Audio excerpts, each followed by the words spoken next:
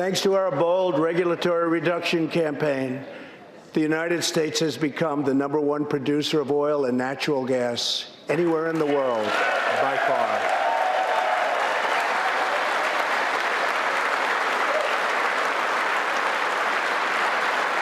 With the tremendous progress we have made over the past 3 years, America is now energy independent, and energy jobs, like so many other elements of our country, are at a record high.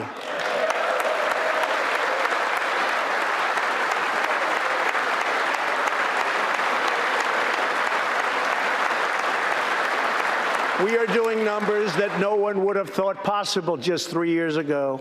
Likewise, we are restoring our nation's manufacturing might, even though predictions were, as you all know, that this could never, ever be done. After losing 60,000 factories under the previous 2 administrations, America has now gained 12,000 new factories under my administration, with thousands upon thousands of plants and factories being planned or being built.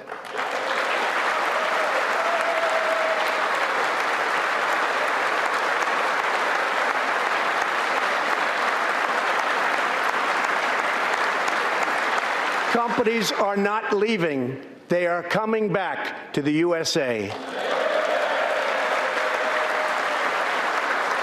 The fact is that everybody wants to be where the action is, and the United States of America is indeed the place where the action is.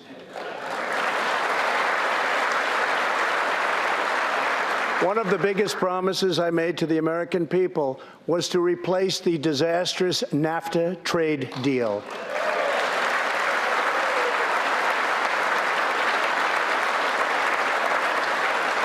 In fact, unfair trade is perhaps the single biggest reason that I decided to run for president. Following NAFTA's adoption, our nation lost 1 in 4 manufacturing jobs. Many politicians came and went, pledging to change or replace NAFTA, only to do so, and then absolutely nothing happened. But unlike so many who came before me, I keep my promises. We did our job.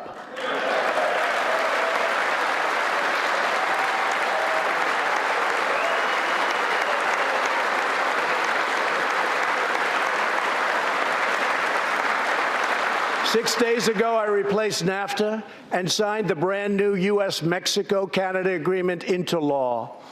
The USMCA will create nearly 100,000 new high-paying American auto jobs and massively boost exports for our farmers, ranchers, and factory workers.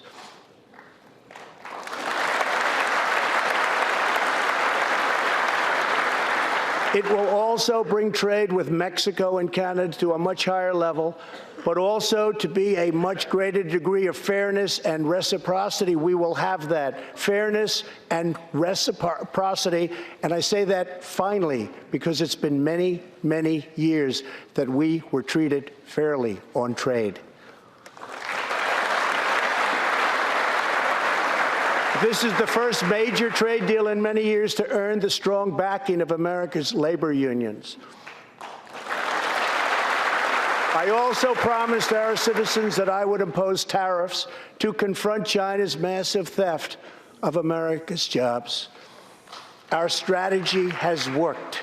Days ago, we signed the groundbreaking new agreement with China that will defend our workers, protect our intellectual property, bring billions and billions of dollars into our treasury, and open vast new markets for products made and grown right here in the USA.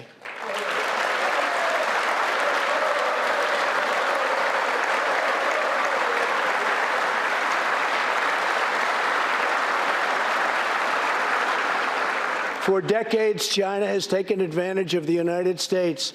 Now we have changed that. But at the same time, we have perhaps the best relationship we've ever had with China, including with President Xi. They respect what we've done because, quite frankly, they could never really believe that they were able to get away with what they were doing year after year, decade after decade, without someone in our country stepping up and saying, "That's enough."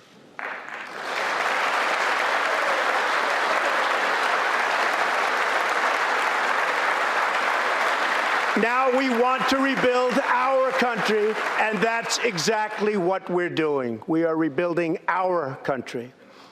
As we restore American leadership throughout the world, we are once again standing up for freedom in our hemisphere.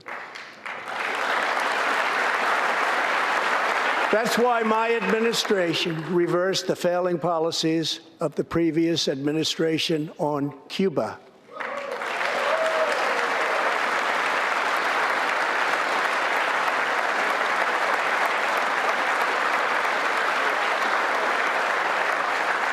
We are supporting the hopes of Cubans, Nicaraguans, and Venezuelans to restore democracy. The United States is leading a 59-nation diplomatic coalition against the socialist dictator of Venezuela, Nicolas Maduro.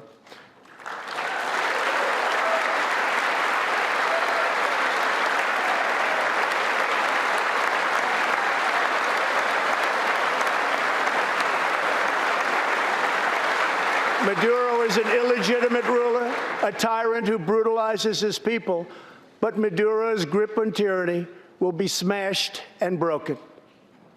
Here this evening is a very brave man who carries with him the hopes, dreams, and aspirations of all Venezuelans. Joining us in the gallery is the true and legitimate president of Venezuela, Juan Guaido. Mr. President, please take this message back to your family.